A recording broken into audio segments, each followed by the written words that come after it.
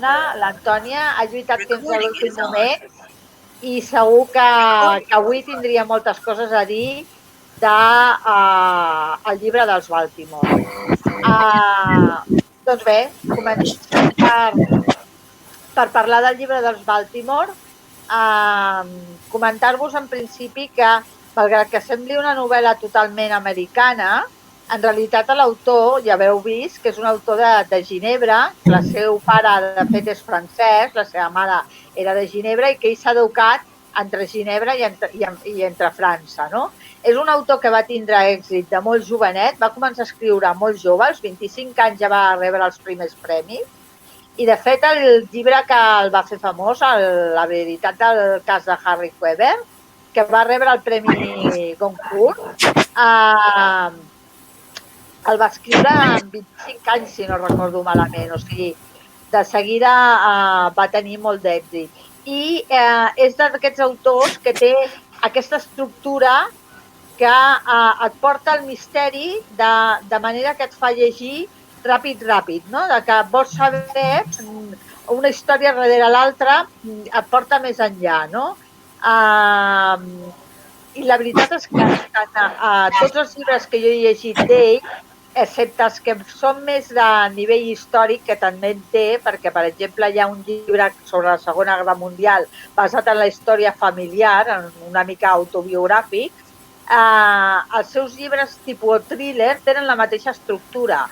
Què vol dir la mateixa estructura? No és que siguin llibres iguals, però sí que tenen la mateixa estructura de que et porten a través d'anar endavant i enrere i a través d'aquesta estructura de puzzle i de diferents personatges, no? Que fan aquesta manera d'escriure que et fan anar a prendre l'interès, no? Perquè salta un capítol a un altre, de manera que primer et parla d'un personatge, després et parla d'un altre personatge, i clar, et quedes amb i ara què? I ara què? No? Amb l'interès aquell de, ostres, i ara què està passant amb l'altre personatge?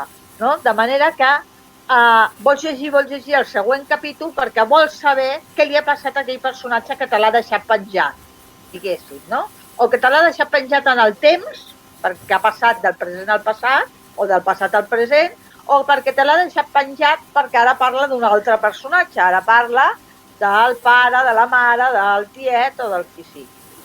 En el cas de la família dels Baltimore, tenim dues famílies, dues branques, la família exitosa, la família no tan exitosa. Perquè clar, aquí sembla que el Marcus, que ens parla del drama, al primer moment ens parla del drama i no sabem quin és aquest drama fins a l'últim capítol gairebé, no? Diguéssim, i aquest drama en majúscules és el que ens té amb el delit, no? En el delit de saber, el drama, quin cony de drama serà aquest drama, no?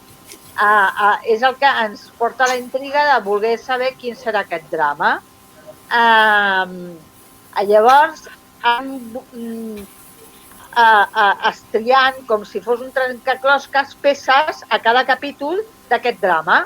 Aquí una peça del trencaclosques que és de la Bully, aquí una altra peça del trencaclosques que és de la vida de Hillel, aquí una peça del trencaclosques que és de la vida de l'Alexandra. La vida, totes aquestes peces es les va explicant al Marcus. Us he de dir que el Marcus, que és l'escriptor, és el narrador també, és el mateix narrador que ja va utilitzar en el llibre que el va fer famós, que és el cas del Harry Queber. Quan ell diu que es va fer famós en l'escriptura d'un llibre que va escrivint, que va explicant, és aquest llibre. És el cas del Harry Queber que el va fer famós. Ell es va fer famós amb aquell llibre, no, diguéssim, i utilitza, diguéssim, com a recurs literari el llibre anterior que va escriure. El mateix autor, no? El mateix Joel Dickens utilitza el seu propi llibre amb el qual es va fer famós perquè l'escriptor faci veure, no? Diguéssim, dintre de la novel·la es parla de la novel·la que va escriure anteriorment, diguéssim. Llavors és molt interessant perquè hi ha un nucli d'aquest trencaclosques que és la història de les dues famílies, però per esbrinar aquest nucli aquest nucli de la història, tenim que esbrinar els petits trencaclosques de cada un dels personatges. O sigui, no sabrem la història de les dues famílies si no sabrem què passa amb l'Alexandra, si no sabem què passa amb el Woody, si no sabem què passa amb el Hidel, si no sabem què passa amb el Marcus i, sobretot, si no sabem què passa amb el tiet Saúl. Amb el tiet Saúl, que és aquest emmirall en el que tots emmirallen, que tots volen saber qui és, com és, que tots volen saber i que tots volen ser com és. A l'home exitós, a l'home famós, a l'home ric, a l'home per excel·lència, que tots volen ser igual que ell. I que això què comporta? Que els tres amics cosins i la noia maca de la qual tots estan enamorats siguin superfidels i superamics, però alhora siguin una relació supertòxica. Una relació supertòxica d'egoisme, de gelosia i de competència. I aquesta relació que es fa entre els tres cosins, entre els tres suposats cosins, és la mateixa relació tòxica que ja s'havia donat entre els dos germans. Entre els dos germans anteriorment. Sí. És una relació tòxica que ja havia provocat els pares. Els pares dels dos germans ja les havien provocat anteriorment. I, a més, quan nosaltres ens ho mirem de fora, diem, hòstia, els Moncler, o sigui, els Goldman de Moncler i els Goldman de... perquè ho veiem a través dels ulls del Marcus, que ens parla de quan era petit, no? I el Marcus perquè parla del drama, perquè el Marcus és un drama. El Marcus ell mateix és un dramàtic, perquè, perdoneu-me amb totes les paraules, però els Moncler de pobres no en tenen res, els Moncler viuen molt bé, tenen una empresa, són uns senyors que tenen una senyora a casa i viuen superbé. Clar, els altres viuen als Hamptons i són milionaris, però ja voldríem nosaltres tenir els diners que tenen els Moncler. I anar a la universitat que va el Marcus i tindre la vida que té el Marcus, no? Però com que ell s'emmiralla tant amb el seu tiet Saúl, tot el que no és el seu tiet Saúl li sembla que és una porqueria. I desprecia els seus pares i li sembla que tot el que fan els seus pares és una porqueria. Això és una part de la novel·la i és una part molt interessant. Però hi ha una altra part de la novel·la que a mi també em sembla molt interessant i que el Joel Dicker ja feia en Harry Weber, que és que el Joel Dicker ens ensenya com escriu. Això és una cosa molt interessant en aquest escriptor. En Joel Dicker ens ensenya el procés d'escriptura, ens ensenya com utilitza els adjectius, ens ensenya com escull els fils narratius a través del seu amic i el seu veí que està intentant fer una novel·la, no? Ens està explicant, el Joel Dicker ens està explicant com fa ell les novel·les. Ens està explicant com les documenta, ens està explicant com escull el llenguatge, ens està explicant com escull la documentació, com escull els adjectius, com escull la narrativa. Això és una part de la novel·la que sempre queda amagada, que nosaltres desconeixem, i que en Joel Dicker ens l'està... Estic fent massa soroll, jo? A veure, vaig a intentar ajustar la qualitat, a veure si és que així em sentiu millor. Doncs això, el Joel Dicker ens està fent aquesta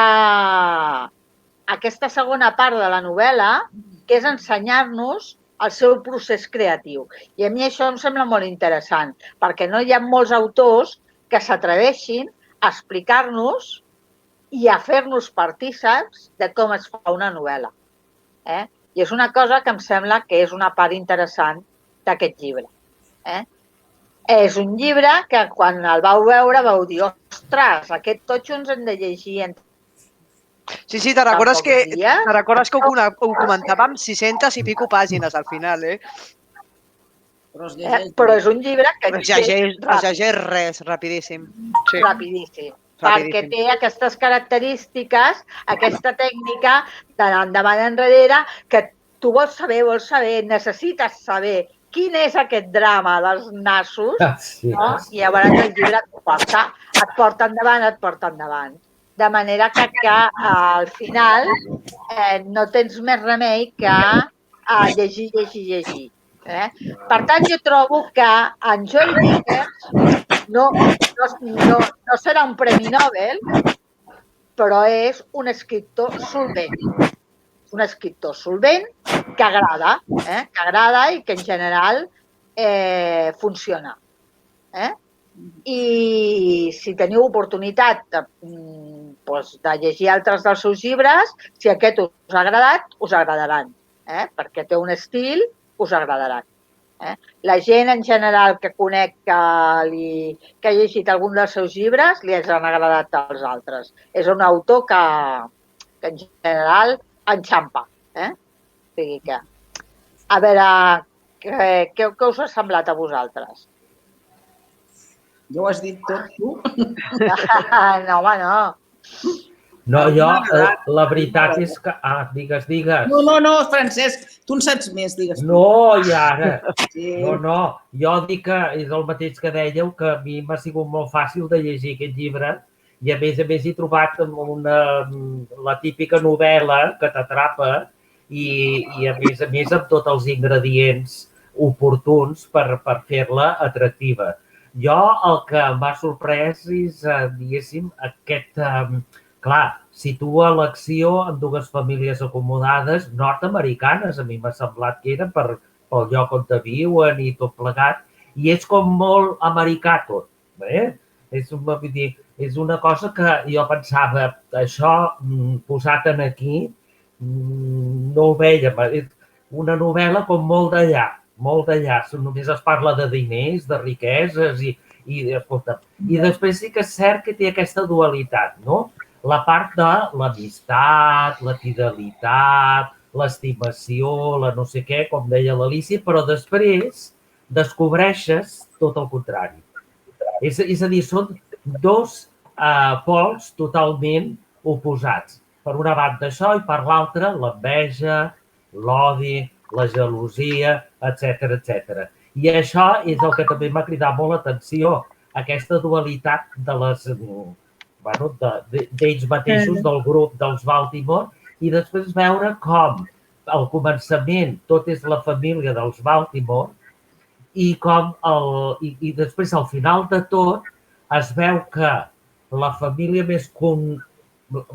família amb més fonament i més consolidada no són pas els Baltimore, sinó que són els Montclair. Vull dir que és una família més discreta, tot i que són rics, tot el que vulgueu, però és més discreta, van fent la seva vida, no són tan ostentosos, però en realitat el seu fonament és més profund. I això també m'ha cridat. I després el que sí que és cert que la noia, vull dir que l'Alexandra, que jo crec que quan arriba aquesta noia és un punt d'inflexió. La novel·la, com tots els nois, vull dir, els hi atrau tant i jo crec que sí que segurament abans ja tenien aquests inicis de gelosia, però jo crec que la noia és un detonant perquè tots aquests aspectes de rivalitat entre els nois s'accentuïn. I m'ha semblat molt la vida del noi, ara no me'n recordo com se diu, del que acullen a la casa. El Woody. El Woody. Doncs m'ha semblat una història molt maca aquesta perquè, clar, com l'acullen a casa seu, aquest noi amb tota la història que té de la mare, del pare, etc. Vull dir que realment, m'ha agradat aquesta història. El noi com intenta guanyar-se aquesta família, perquè se la intenta guanyar, vol estar sempre en un nivell, vol sempre ser una mica més per demostrar a aquesta família i a si mateix que ell també pot arribar, però al final es desmorona tot. És l'atractiu d'aquesta novel·la, que sembla que tot sigui glamurós i després resulta que és un castell de naipes cau pel seu propi pes tot, Tot. Jo crec que és la visió de joventut del protagonista, que ell està fascinat per la família Baltimore i per tot el que tenen, el que ostenten. És el somni americà, això d'estar als Hamptons, a Miami, tot això. Ell està com enlluernat. Però se n'adona que al pas dels anys tot això es va esvaint, tot va canviant. I el que passava és que ell, de nen, tenia una percepció de tot que no correspon amb la realitat, que és el que passa a vegades. Quan ets criatura, tu veus una realitat i quan et fas madur veus una altra cosa, no? Sempre et penses que els altres són millors que tu. Clar, al final no són éssers excepcionals perquè siguin molt rics, són de carn i ossos, amb les seves misèries, amb les enveges, amb les gelos, vull dir, són persones de carn i ossos com siguin rics o no, oi? I ell, que ho té tot tan sublimat del seu tiet, que tot es va esvaint, no? Tot es va esvaint. Bueno, a mi, a veure, fins al nus, fins a la mitja part del llibre, doncs m'ha mantingut, s'ha llegit fàcil, m'ha mantingut, però després com ell soluciona al final el drama aquest, oi? Comença a morir gent, pim-pam, que no saps ben bé. He trobat una mica massa... Sí, he trobat una mica, no sé... Histriònic. Sí, una mica massa... Bueno, està a punt per fer una pel·li, això. Bueno, però és que és novel·lesc, és totalment novel·lesc, té tots els ingredients. Sí, però que jo tan drama, vull dir... Però no calia, no, matar-los a tots? No sé. Ai, bueno, pues ja està bé. Jo no sé.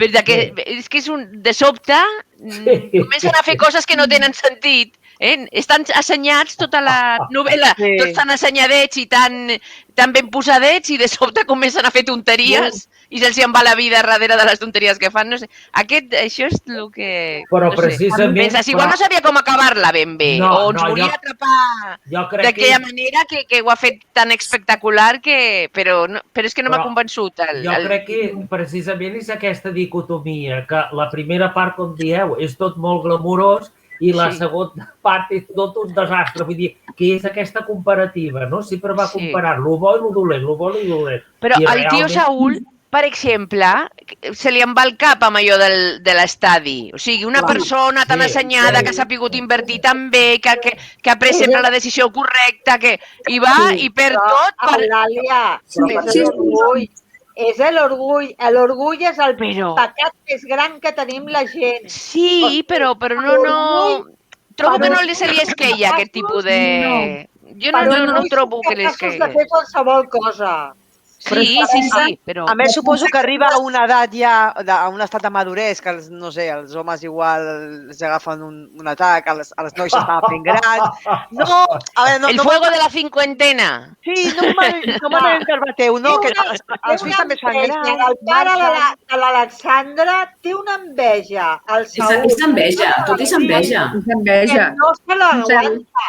O sigui, el Saúl el que li passa és que té orgull, té un orgull tan gran que no vol reconèixer la seva dona que està fracassant, no vol reconèixer que està perdent l'empresa, no vol reconèixer que té menys diners que el pare de l'Alexandra i tot el que li passa és per no reconèixer que està per sota del pare de l'Alexandra. Tot el que li passa. I la sensació que està perdent els fills, no? Perquè quan són petits, clar, depenen de tu, però quan estan grans, independents, amb idees pròpies, llavors sí, clar, es veu amb aquesta competició constant amb aquest altre home de que ha perdut el control de les criatures. Nosaltres veiem el Saúl a través dels ulls del Marcus. Sí. És el que ens fa veure com és el tiet Saúl, però en realitat el tiet Saúl és altres coses també. Claro.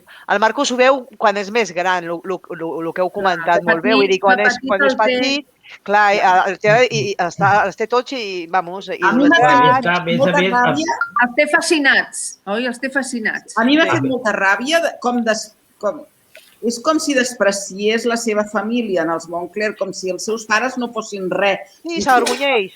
I això et fa pensar una mica que potser... Però penso que hi ha un passatge Hi ha un passatge que ho explica una mica, perquè fins i tot diu, ens saluda la policia, o sigui, per un nen que el saludi la policia. Quan entren a la zona Quan entren a la urbanització. Però, no se saluda. però potser això també és un fallo dels pares, del Marcus, de no haver-lo sabut educar o d'haver-lo deixat massa que tirés tant... O sigui, que perquè quan és gran, la mare li diu, Marcus, és que tot això que tu dius és mentida, no és veritat, és una percepció teva. Però li diu quan és gran. Diu, al llit els avis no ens els deixaven sempre a nosaltres o amb ells. No és veritat, cada vegada el tornàvem un altre. Ets tu que només et pensaves que només li deixaven. Cada vegada ens el deixaven a un o a altres els avis. I a la taula cada vegada la posàvem un o uns altres. I el sopar el pagaven cada vegada un o uns altres. Diu, això de que només els avis li donaven sempre el millor al tiet Saúl, això t'ho has inventat tu, això no és veritat. Això hi ha un capítol que li diu la mare. Li diu quan és gran. Tot això li diu quan és gran. Perquè els nens tenim memòria selectiva i els nens recordem el que volem recordar de quan som petits. És així. De totes maneres, jo crec que el tiet Saúl també representa una personalitat fracassada, perquè si mireu quan era jovenet ja té, diguéssim, l'entrebanc amb el seu germà i amb el seu pare. Ell intenta fer tot per salvar l'empresa del seu pare, li vol demostrar al seu pare i se li giren d'esquena. Jo això crec que ell, després, durant el llarg de la seva vida, és el que deia l'Alícia, que vol demostrar que ell pot ser més que ningú i aquest orgull el porta a fer la bestiesa aquesta de donar tants milions per tenir el nom allà a l'estadi. Però guaiteu com aquest home, diguéssim, parteix d'una base de que havia tingut un fracàs molt gran en la seva família, mentre que el seu germà no és que fos el millor, però era el que anava fent, saps? Anava fent. I ell volia destacar i no li apreciaven. I, bueno, va estar no sé quants anys sense parlar-se amb el seu pare. Quan ell vol que fa tota aquella feina de buscar, diguéssim, per tot els Estats Units, clients i tot això, i els hi presenta un projecte, doncs no li fan ni cas. I ell tot això jo crec que ho porta molt a dintre. I és un home que està ressentit, és un home que, de certa manera, és com un fracassat, I ell vol demostrar sempre que no ho és. I és aquest empeny. Són una família tòxica perquè el pare, la manera que té de tractar els seus fills, quan porten l'empresa, ja és un pare tòxic, no? De no reconèixer les coses que fan bé, de parlar-los de la manera que els parla. Llavors, ells, com a germans, també es tracten de manera tòxica entre ells, no? I llavors, les relacions que volen fer amb els fills també són tòxiques, no? Perquè fan una estimació amb el Woody, mentre que no reconeixen al Healy una sèrie de coses que és el seu propi fill, no? O sigui, les relacions tòxiques es van, generació darrere generació, es van multiplicant en aquella família. O sigui, penso que és que els Goldman aquest no saben relacionar-se entre ells, no? Llavors, la fidelitat absoluta que hi ha entre el Woody i el Healy és una fidelitat perquè el Healy no troba ningú que l'estimi i, per tant, s'emmiralla amb el Woody perquè pensa que és l'única persona que l'estimarà mai. Però alhora... L'altre és, Però alhora, com que resulta que els seus pares només sembla que estimin el Woody, doncs al final l'altre és, com diu la Modesta, perquè pensa, tia, jo sóc el fill de que ningú em fot ni cas. És un nen traumatitzat i molt gelós. Exacte, perquè el Woody arriba allà per fer una relació tòxica amb els pares. L'acullen per fer-li una mica de guardaespatlles en el seu fill, perquè han vist que amb ell una mica és una cosa de doble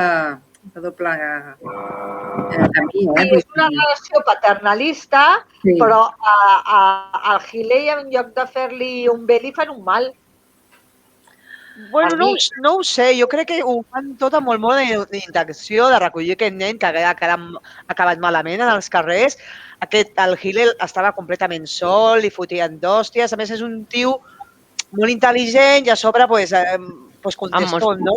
Amb molts problemes de relació. Jo crec que li va bé, és fill únic, que jo crec que així també es fan companyia i tal. El que passa, clar, vull dir, tanto que s'estimen i això, clar, després de tot cop i volta hi ha una rivalitat i un compartir el carinyo dels pares. I bueno, clar, hi arriba un moment que el Hillel l'envia a una escola i es dona compte, hòstia, jo estic fora de tota l'escola i aquest s'ha quedat a casa meva, amb els meus pares. Jo crec que d'aquí pot vindre el ressentiment, però bueno, que jo crec que la intenció era molt bona quan van portar, que mica en mica aquesta criatura va acabar sent part de la seva família, però molt exagerat, no? Lo de la foto familiar, lo de no sé... Bueno, al final veiem que res no és el que sembla, oi? No. A mi feien com molta ràbia, no? La família perfecta, vull dir, els dos amb carrera estupenda, el nen superior, l'altre... Feien, la veritat, i dic, hòstia, fan ràbia, no? Fan molta ràbia. Jo que dius, que no pot ser, home, que no pot ser, vull dir, i que tothom els admiri. Sí. I la veritat és que, personalment, a mi el llibre, la primera meitat... se'm va fer pesada. Vull dir, els diàlegs una mica infantils, clar, els crios eren petits. Jo aquest llibre ja l'havia llegit fa uns anys i me'l vaig llegir perquè jo venia del cas del Harry Quebert, que em va agradar molt, sincerament, i aquest el vaig trobar molt més fluix. I la primera meitat es fa pesada. Però entenc que és natural la forma que tenim que passar per aquest mig llibre, perquè et va posant en tensió, a veure què passarà, les diferents històries que hi mola tot al final. Està molt ben portat el llibre, però a mi se'm fa pesadet la primera meitat. Vull dir, ja tinc ganes de saber del drama i què passa. I per què Saúl està en una casa... Més que pesadet repetitiu, potser, la primera part. Sí, les converses amb els dos crios, i la família que fa ràbia. Diu, que pesats que són, que perfecte, la casa aquí, la casa allà, l'avi que es passa a 3 pueblos, com li fa la pilota en els de Baltimore, i els altres com els ignora. És la visió d'un nen. És la visió d'un nen jovenet, eh? Sí, però... Jo penso que és una cosa... Està veient un nen. Per a l'autor és això, són una família que fa ràbia. Molta ràbia. El que m'ha fet molta ràbia és el Marcus d'adult. El Marcus d'adult és tonto, és burro. Dius, a veure, per favor, què m'estàs explicant? Vull dir, la seva relació amb l'Alexandra és totalment fatal. La seva relació amb el tiet Saúl és fatal també, no? O sigui, què m'estàs explicant, no? O sigui, ets un tio adult, ets un tio famós, que tens diners i no has crescut, no has madurat res en tots aquests anys, no? O sigui, a mi el que em feia molta ràbia era el Marcus de gran. Sí, jo també ho trobo això que veig l'Alexandra, que com he dit abans, és un punt d'inflexió en la relació d'aquests nois. Per mi l'Alexandra és un tant perversa, perquè ella sap que tots aquests nois estan per ella i ella juga amb ells, és més gran i juga amb ells de tal manera que juga amb el Marcus fins al final de tot i el Marcus està depenent totalment d'aquesta noia i, com diem, del tiet Saúl. Més que dels seus pares, perquè els seus pares al cap i a la fi li donen tota llibertat. Però jo també, com l'Alícia, vull dir, aquest noi d'adult jo el veig una mica massa tou perquè, clar, és que depèn absolutament de tot de l'Alexandra, tu. Vull dir que, i a més, vol i dol. Però és ell. Al final, el malentès que hi ha entre ells fa que estiguin una sèrie d'anys separats, representa. Però és ell el que va bé amb ella, És un malentès estúpid. Però és estúpid, però pels dos, adolescents. Carme, com diràs uns nois de 30 anys, com representa que tenen aquí ja de 20 i pico d'anys, han de seguir amb aquesta manera de fer la vida? Ell fa una reflexió, hi ha una reflexió que m'he apuntat aquí de vida, que diu que la vida Diu, només té sentit si som capaços de complir tres propòsits. Donar amor, rebre'l i saber perdonar. Suposo que la lliçó ja l'ha pres, no? Saber perdonar. Vull dir, si s'haguessin perdonat no haguessin arribat a tot això. Diu, tot el més és una pèrdua de temps. Sí, és una cosa que a més és molt important en aquesta família, perquè els dos germans, el Saúl i el Budi. Budi. No, el pare, no sé com es diu. John? John no. No es perdonen fins a l'últim moment. El pare i el Saúl no es perdonen fins a l'últim moment. I l'Alexandra i el Marcus no es perdonen fins a l'últim moment. El Bodi i el Hillel no es perdonen fins al drama. O sigui, el perdó no arriba fins a l'últim moment en cadascun dels fills. Cadascun dels fills, el perdó no arriba fins a l'últim moment. I si no hi ha perdó, no hi ha creixement personal. No? Vull dir, cap d'aquestes parelles que emocionalment, paternofilials, fraternals, etc., de cosins, o d'amor, no es perdonen fins al final.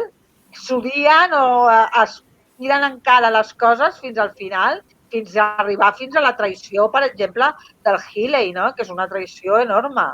No? Es passa molt, li fot la carrera de la vida en l'aire. Li fot, o sigui, és una persona, és malalt. Aquí li veus el nivell de gelosia que li té, que a més que no es veu a venir, vull dir. És un malalt. Jo crec que més que gelosia és odi, Odi, gelosia és malalt, jo crec que és un malalt. Molt malallet. Bueno, pensa que els seus pares el van agafar, però ell ho va haver d'acceptar i li va prendre la meitat del que els seus pares haurien dedicat només amb ell. I llavors això ho portar dintre. Ell també el deixen d'assajar a l'escola, vull dir, és una cosa que també s'ha de tenir en compte. Ell el té com a guardaespatlles. El nen aquest, el Hillel, ho està passant molt malament a l'escola i si no hi és per Budi, doncs el continuen estomacant perquè ningú creu el que està dient, cosa que em sembla també una mica inversemblant. Ni la mare, ni els profes, ni ningú. Aquest nano és un desgraciat i fins que no arriba al Budi, doncs ho està passant molt malament. I perquè a vegades té un amic. Té un amic, hòstia. És el teu amic. És la primera vegada. Sí. Fins aleshores està més sol que un mussol. Sí. I el Hillel és la causa de la mort de la seva mare, no? Perquè al final, si tu busques causa-conseqüència... És que és el més tòxic, Alicia. El Hillel és el més tòxic de tots. Tens tota la raó. Està malalt. Perquè a més aquest noi de jovenet és un repel·lent, però repel·lent. Sí, però és molt. Escolta'm, li donen moltes oportunitats i no les aprofita, sempre desmalbarata totes les oportunitats que li donen i sempre va buscant raons. L'única persona que és bastant, diguéssim, bona persona, entre cometes, és la mare. La tieta. La tieta Anita. La tieta. Que vaya, també la mort, també, apa. També la mort. Sí, la mort de la tieta Anita. La tieta Anita mora sense comer-lo ni beber-lo. És que perquè la mata la pobra dona d'aquella manera, tan tonta. Bueno, perquè té que ser un desencadenant de cadència. Clar. És això, és exactament això. Perquè ha de desencadenar, ha de deixar caure la bola que al final s'emporti tot per davant. Ella és el pilar de la família al final, també. Vull dir, és la figura aquesta carinyosa, que tot el s'acull, que a més és guapa, té un carrerón... És el desencadenant del drama. El Budi veu que ell ha sigut la gota malaia que ha desencadenat tot, no? O s'ho pensa, no? Però, a més, és que us deia, és un nucli central del drama, però hi ha diferents històries, no? Perquè hi ha la noia aquella que la peguen del bar, que el Budi ajuda, no? La història de la universitat, i del Healy que fa les trampes per implicar el Woody, no? A la història de l'Alexandra i el Marcus que s'amaguen per tenir relacions sense que els altres s'enterin. O sigui, hi ha històries, fils laterals que són molt importants per desentrellar el drama del mig. No? Tots els fils aquests han de confluir perquè el drama final, perquè en tot moment nosaltres, per exemple, el pare de l'Alexandra ens pensem que està liat amb l'Anita i després resulta que no hi ha res de tot això. Res el que sembla, res és el que sembla. Donant voltes pensant que hi ha un lío entre el pare de l'Alexandra i l'Anita i no hi ha res. No? I el Saúl pensem que està fent no sé què i està fent una altra cosa totalment diferent, no? O sigui, l'autor ens va enganyant, ens va mostrant una sèrie de pistes que són pistes falses, no? Que ens van portant per camins que fins a l'últim moment no ens donen compte que ens ha estat enganyant, no? Per exemple, també el germà en l'empresa i el pare, no? Que ens pensem que l'empresa funcionava d'una manera i després resulta que tot era mentida, no? També. Bé, després ha estat fent malament les coses, aquest home també fiscalment, es veu que ha fet trampes i ha fet coses, vull dir que al final sí, és milionari, però vaja, que no és solo todo lo que reluce, Exacte, no és el mirall en què s'havien d'emmirallar tots, no? No. Perdoneu un moment, que la Núria abans m'ha trucat que no es podia connectar, perquè li havien arribat unes visites i no es podia connectar, vale? Que li ha agradat, ens va dir que li havia agradat el llibre perquè li havia entretingut molt i que li havia resultat fàcil de llegir, però que no s'ha pogut connectar per això. Jo, Alicia, la part que tu has comentat del Goldman, aquest escriptor, ell també hi ha un moment que fa la reflexió i ell et diu el per què escriu. Diu que ell escriu perquè els llibres diu que són més forts que la vida. Ell escriu, és com una teràpia per ell escriure, també. O sigui, jo crec que aquest llibre l'ha escrit, representa que ha escrit sobre la seva família perquè necessitava com esplaiar-se, no? I que els llibres són els testimonis del que ens passa per la ment, que és el que ell va escrivint, no? En fi, jo he trobat que com ha resolt la història, torno a repetir, la veritat, m'ha semblat una mica pim-pam-pum. Una mica que ara ja està a punt per una sèrie de televisió, oi? Però vull dir... Sí, com el Harry Keber. El Harry Keber també era una pel·lícula. El Harry Keber ha fet una sèrie després. El que passa és que el Harry Keber, almenys en el llibre, et manté, o sigui, la intriga que et manté, la resol, no sé, no és tan com... Sí, a mi em va agradar més que aquesta. És novel·la més negra, no? Més thriller. Més thriller, clar. I aquesta exacta és costumista. De les relacions entre la família, de les enveges i tal. Sí, tal qual. Aquest és com més biogràfic, no? És una novel·la policíaca, l'altra era una novel·la policíaca. Vull dir, hi ha una diferència entre les dues, No, aquest és un llibre que aquest escriptor va escriure de records, no? Aquest és anterior per això, no? No, aquest és posterior.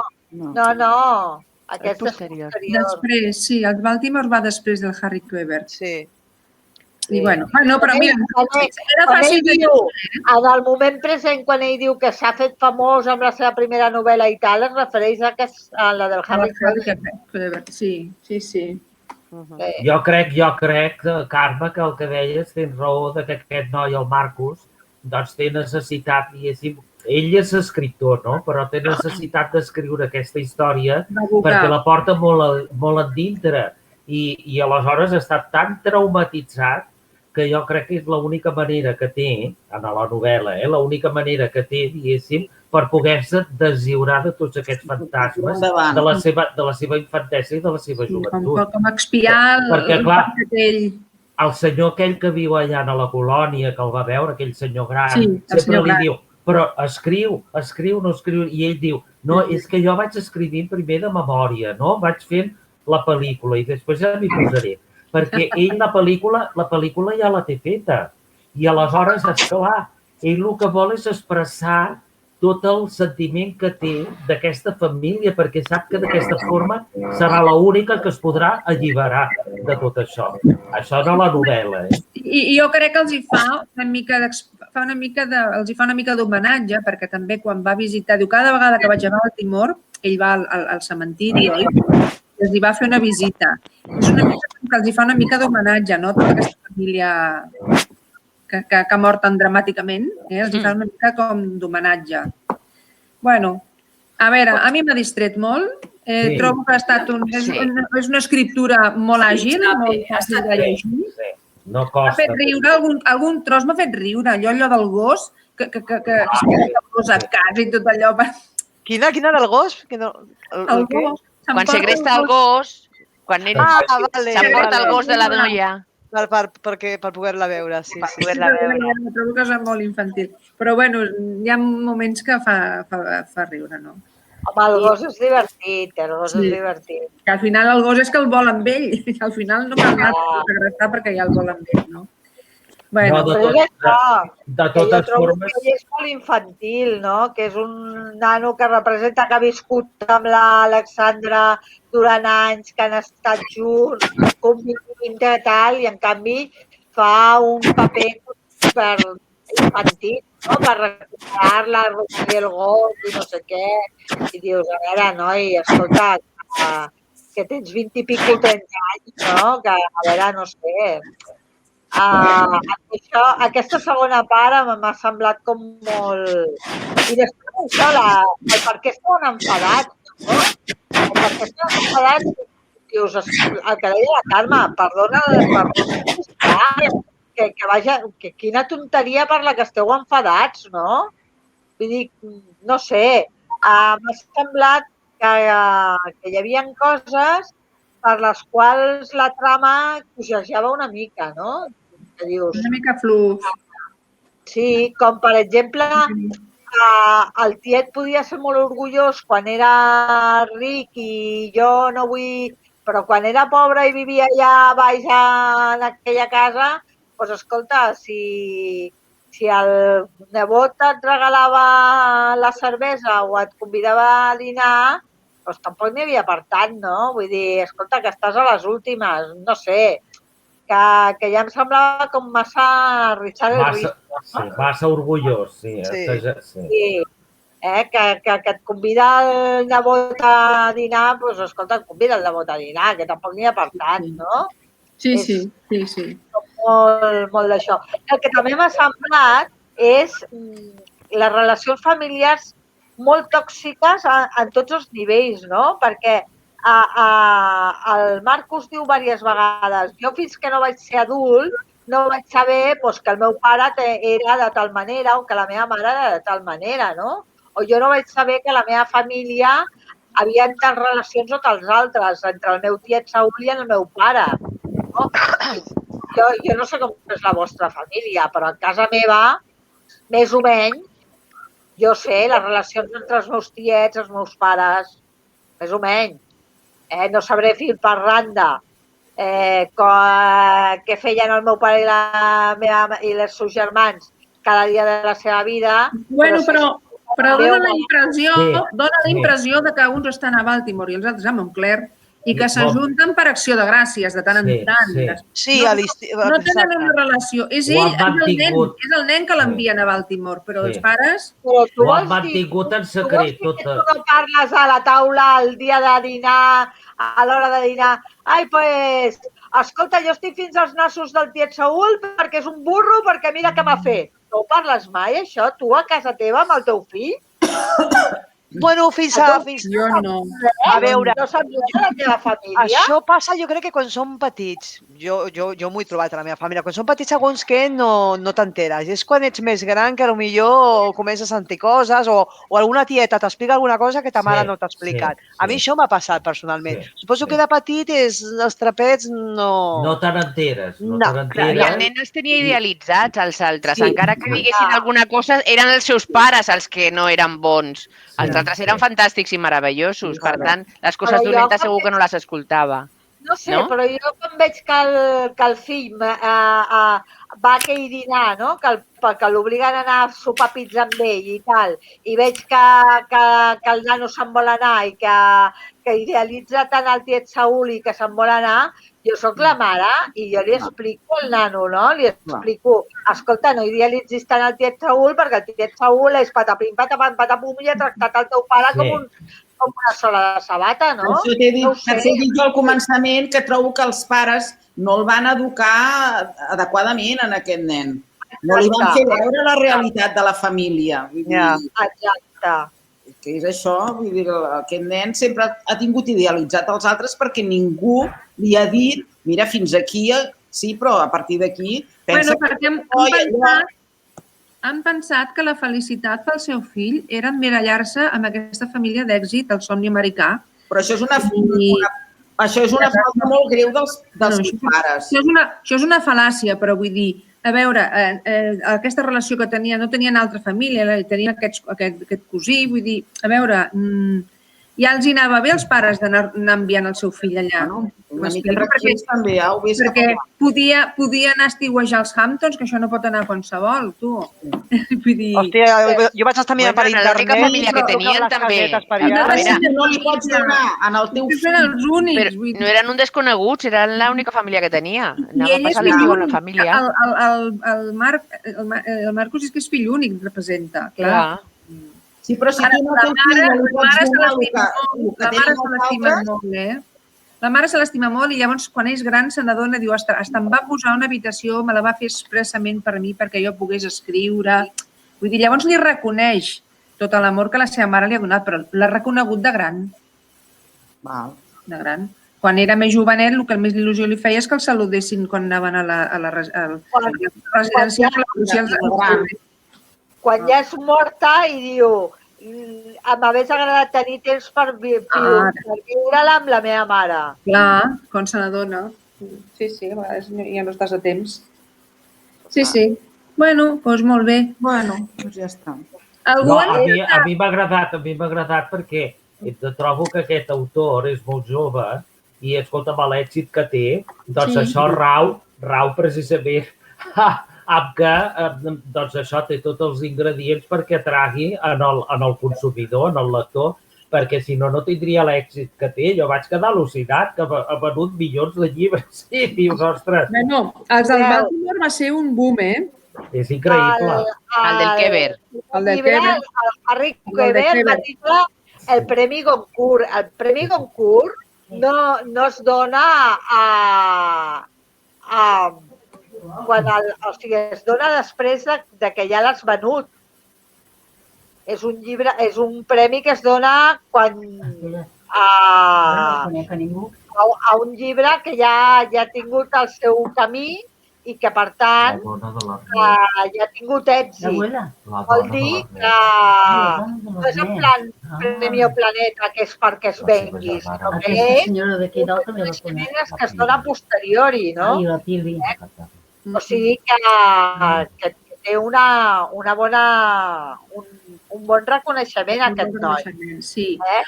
A mi m'han dit que dels llibres últims que ha fet, les últimes novel·les, que hi ha una que potser és millor que la de Baltimore, que es diu La desaparició de Stephanie Meyer. La desaparició de Stephanie Meyer, que diu que està molt millor que els Baltimore. És un thriller també, oi? Sí. I últimament ha fet el de la cambra 622, que diu que és fluixet. I després hi ha un que és un històric sobre la seva família, que és, diguéssim, autobiogràfic, de la Segona Guerra Mundial, que diuen que està molt bé, però que no té res a veure. Aquest no és thriller ni res, és històric. A veure si trobo el títol, que ara no me'n recordo. Els últims dies dels nostres pares, potser. Sí, aquest. Aquest és el primer que va treure llavors, potser, no? És el primer que va publicar, em sembla, el 2010. No el va publicar el primer, però el va escriure el primer. Vale. I aquest és autobiogràfic i és sobre la Segona Guerra Mundial i és sobre la seva família. Necessita parlar de família, aquest noi. Necessita parlar de família. Ell normalment escriu com si fos un escriptor americà, d'acord? Ja ho veieu, no? Harry Queber o aquesta... Però, en canvi, aquest que us dic autobiogràfic està escrit més amb estil europeu, d'escriptor europeu, d'acord? Perquè ell ha estudiat escriptura a Estats Units, diguéssim, en estil americà, que ja se li nota, no? Clar, sí. Però també té... I una curiositat, per qui us agradin les xarxes, si teniu Instagram, busqueu Harry Queber i feu-vos amic. I si li voleu comentar els llibres, us contesta. Escriu en francès i en anglès. Escriu i també sap una mica de castellà. I li encanta que la gent li parli. I és molt simpàtic. És un noi jove. És molt simpàtic. O sigui que si li dieu he llegit el llibre dels Baltimore, i en castellà li dieu he llegit el llibre dels Baltimore i m'ha agradat per el que vulgueu, perquè el Marcos em cau bé. Doncs igual us diu ai, que bé, em fa molta il·lusió que l'hagueu llegit a la Biblioteca de Montcada. Que has parlat amb ell, tu? Jo li he fet un parell d'això i estic esperant a veure què diu.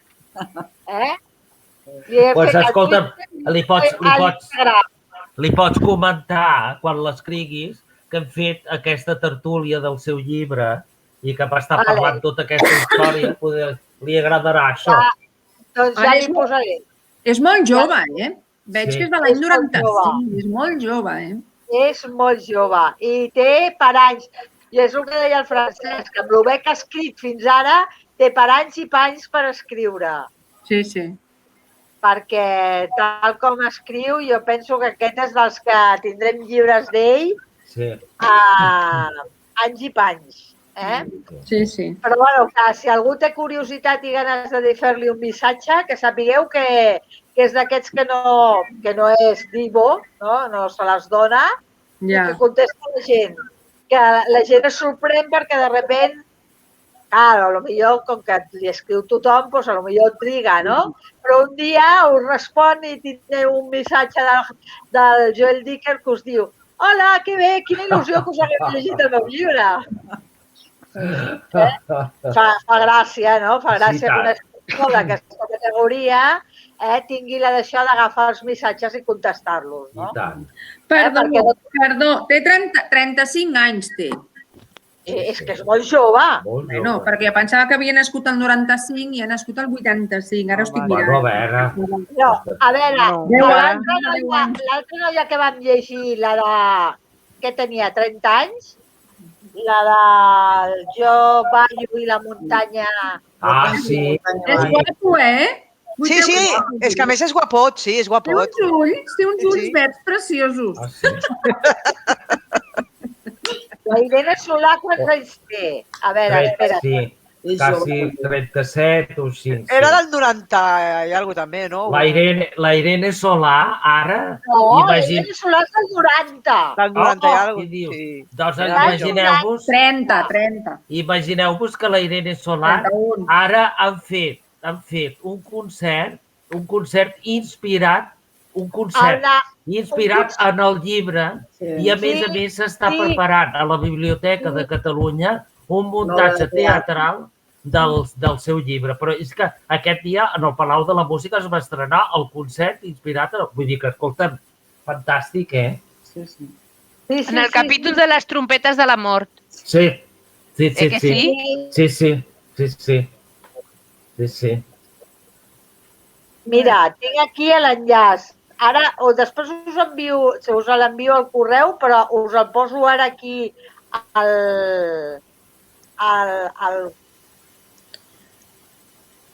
aquí en el xat perquè ho veieu.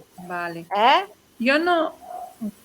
Us l'acabo de posar. Adaptació teatral i sinfònica de Jo canto i la muntanya balla. Us l'acabo de posar. Sí. Vale? Perquè ho veieu. Vale. Perquè si... Ara que ens sembla que comencen a obrir coses i potser ens deixen anar, Penso que és una cosa que podrà ser bonica de veure. Això de l'adaptació musical pot ser molt, molt maca. Però, bueno, que estem llegint autors molt, molt joves, el proper que ve és tot el contrari. Sí, és el que anava a dir. El que ve ja no és tan jove, No, Quin ens toca? Quin ens toca el proper mes? El Sándor, no? El Sándor Marai. El Sándor Marai és un llibre molt curt, i en canvi direu... Molt espès, molt espès. Molt espès, molt espès. Boníssim. Però és boníssim. Boníssim. És el millor que farem aquest any. Sí? Ai, ja veia ganes. Per mi. Ara, és un llibre molt profund, Vull dir que és d'aquells llibres que te'l llegeixes, però és tan profund i quan acabes dius, ostres, fa reflexionar moltíssim. Fa reflexionar moltíssim. Moltíssim, De gustos no hi disputes, això ja us ho dic ara.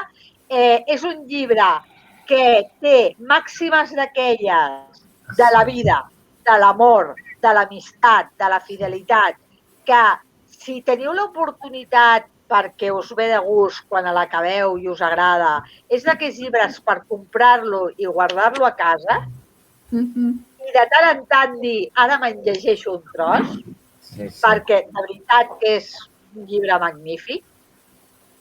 La trobada, l'última trobada de Sándor Marai. L'última trobada de Sándor Marai, ja el tens. És molt antic, és molt antic. És molt antic. A veure, jo us explico. És una generació d'autors com el Sweets, com el Hesse, per exemple, són els autors d'entreguerres, de la Primera Guerra Mundial a la Segona Guerra Mundial, autors europeus. Molts d'ells van acabar suïcidats perquè després de les dues guerres, després del nazisme, després de passar les de Caín, doncs deien aquesta vida és una merda i van acabar que no volien viure més. En Sándor Marai, de fet, es va suïcidar quan tenia 80 i pico d'anys, perquè va dir, diu, ja no puc llegir, ja no puc caminar, ja no puc veure bé. Diu, aquesta vida és una merda, ja he fet tot el que podia fer en aquesta vida, prefereixo morir ara que el meu cap encara està clar abans de deixar de ser persona. Quina llàstima que no va veure caure el mur de Berlín, pobre. Diu que es va suïcidar uns mesos abans. Sí, exacte. L'última trobada és un llibre d'un triangle amorós, però això no us dirà res, perquè això és el fet tonto, per dir-ho d'alguna manera, perquè l'important és l'amistat entre dues persones, fins a quin punt aquesta amistat pot ser de forta, què té una amistat d'important, què és el que dona l'amistat d'una persona a una altra, què pots fer per una altra persona, què és el que ets capaç de donar per l'altra, quines coses com a persona, com a interior, exterior, de creixement personal, etc. Però el llibre això t'ho explica no només a nivell psicològic, sinó que al llibre hi ha una part que és la descripció de l'entorn. L'entorn fa com ets com a persona, la descripció de les coses que et fan com a persona des de la música, la cultura, els colors, l'entorn natural. L'entorn natural és Àustria, però és l'Àustria de les muntanyes, és l'Àustria de la ciutat, és l'Àustria diferent.